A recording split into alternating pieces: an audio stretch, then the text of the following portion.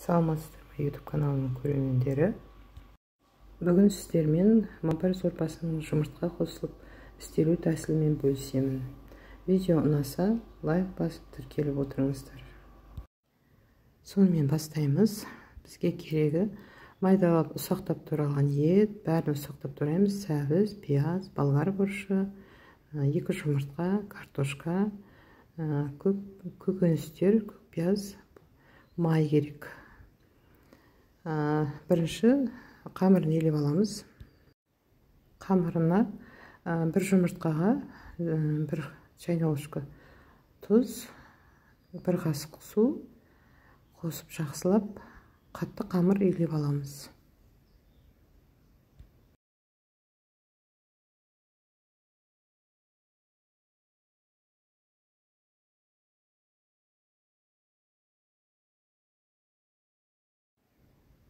Міне осындай шағын қатты қамыр елеп алып, бастырып қоямыз, демалдырып.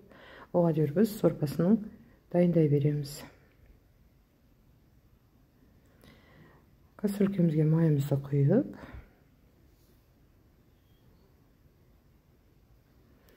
көкөністерімізді біртіндеп қуырамыз. Бірінші етімізді қуырамыз.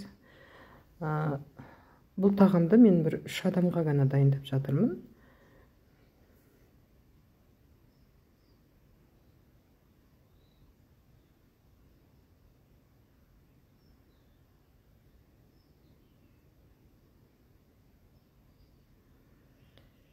Пияз, сәбізімізді қостық. Әрқайсысын 2-3 минуттан қуырып аламыз. Болгар бұрышын қостық міне. Қызанақ.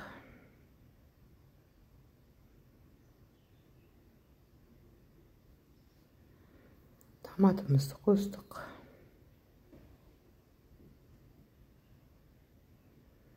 Енді қайнап жатқан сорпаға жұмыртқамызды қозғап отырып араластырамыз. Ерекше өзгеше там береді жұмыртқа. Тойымды сорпа болады бұл.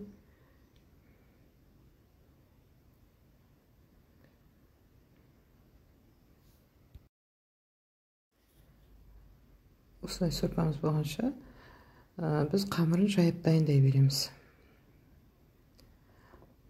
Қалыңшалау етіп жаямыз, көбік қып кесеміз. Сосын міне қалыңдығы осындай болса жақсы болады. Осылай тұрған жерінде барлығын жақсылап кесіп аламыз, майдалап. Көлденеңнен кесеміз.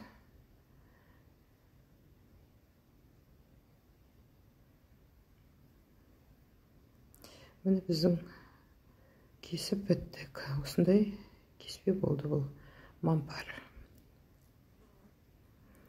Қайнап жатқан сорпамызға салып, піскенше қайнатып пісіріп аламыз енді.